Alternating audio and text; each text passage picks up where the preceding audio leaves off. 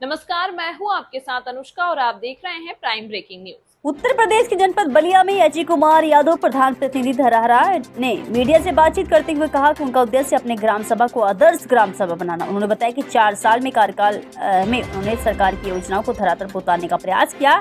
ग्राम सभा के विकास के लिए कई महत्वपूर्ण कार्य किए गए हैं। अजय कुमार यादव के नेतृत्व में ग्राम सभा में कई सकारात्मक परिवर्तन देखे जा चुके हैं। ग्रामीणों की जरूरतों को समझने और उनकी समस्या का समाधान करने के लिए निरंतर प्रयास किया जा रहा। आदर्श ग्राम सभा बनाने के लिए उनके प्रतिबद्धता से यह उम्मीद की जा रही है कि ग्राम सभा में और भी बेहतर सुविधाएं और विकास कार्य होंगे। अजय यादव, प्रधान प्रतिनिधि धरहरा। सर, बात की जाएगा आगामी 4 साल आपका प्रधानी के कार्यकाल बीत चुका, क्या रहा 4 सालों का रिपोर्ट कार्ड आपका? सर, 4 साल का रिपोर्ट कार्ड वही जिस तरह से शासन की मंशा है उस तरह से अपना विकास कराते हैं हम लोग। पैसा रुपया की भी कुछ समस्या आती है, थोड़ा लेट आता है, कम आता है, यही सब समस्या है। जैसा चैलेंजिंग एक रहता है कि अपने ग्राम सभा को एक विकसित ग्राम सभा बनाना और शिक्षा के क्षेत्र से जुड़ना, तो उस कंडीशन में आप क्या पहल किए हैं? सर, पहल किए हैं, हमारे मिडिल स्कूल पे जाइएगा, देखिएगा वहाँ की बाउंड्री, वहाँ पे फूल पौधा, चाहे कहीं भी हमारे किसी काम को आप देखिएगा तो उसमें गुणवत्ता जरूर मिलेगी आपको। कहीं से उसमें आपको ये नहीं दिखाई देगा कि यहाँ कोई गड़बड़ हुआ है। सरकार की योजनाएं अब तक धरातल पे आप कितने उतारे हैं? सर, जो आती है अपना लोगों को बताया जाता है, जो उसमें इंटरेस्टेड होता है वो अपना करता है। विकास कार्यों में बाधाएं उत्पन्न होती है, क्या स्थानीय प्रशासन का सहयोग मिलता नहीं? वो सब सहयोग जरूर मिलता है। विकास कार्य में बाधा केवल धन के अभाव में उत्पन्न होती है जो सबसे ज़्यादा।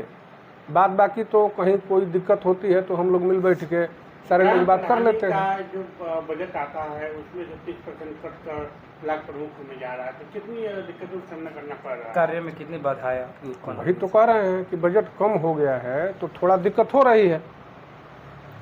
पैसा अगर होता तो और विकास होता। आपकी कार्य में सबसे बड़ा चैलेंजिंग वर्क कौन सा रहा सर, जिस पर आप वर्क करना चाहते हैं वो जो अभी पूर्ण नहीं हुआ है? चैलेंजिंग वो अभी ऐसा कोई नहीं। जिससे सबसे हमारी प्राथमिकता रहती है कि साफ सफाई रहे और नाली और रास्ता कहीं बाधित न हो, इस पे हम सबसे ज़्यादा जोर देते हैं। आपका क्षेत्र शहर से सटा हुआ भी है और लोग काफ़ी जागरूक होते हैं हर चीज़ के मायने में, तो आपकी क्या प्राथमिकता रहती है कि गांव को कैसा बनाना चाहते हैं? कैसा आपके मन में सपना है कि गांव को तो हम मॉडल के रूप में बनाना चाहते हैं कि कोई भी आए देखे तो हमारे गांव सभा का विकास चाहे कार्य देख के आगे के लोग भी अनुसरण करें।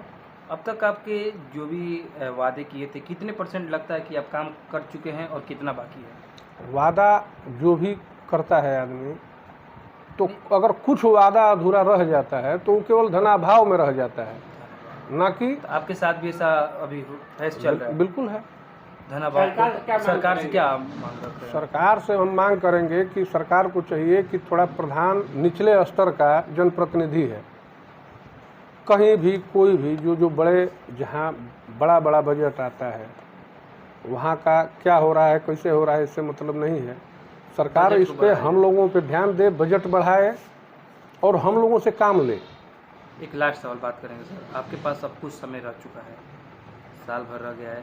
साल भर की आपकी कुछ ऐसी आवश्यकता है ऐसी जो आपने अभी 4 सालों में नहीं किया, क्या उस पर आप क्या वर्क रहेगा? 2-4 रोड है, बड़े नेताओं से भी कहा गया है, और क्योंकि लोग मानते हैं कि यादव है तो ये विपक्ष का है, ये बीजेपी का नहीं है। धर्म का देखते हैं ज़्यादा। हाँ, ये सब होता है, बहुत होता है, कोई ध्यान नहीं देता है जनप्रतिनिधि। वंचित है आपके आवास में तो जो वंचित लोग हैं, अभी जो फोटो वाला काम चल रहा था वो सबका, उसमें जो लोग अपात्र हैं पात्र हैं उनका फोटो खिंचवाया गया है। सरकार जब लिस्ट बना के उधर से आवास भेजे तो हम सारे लोगों को फिर दिलवाएंगे।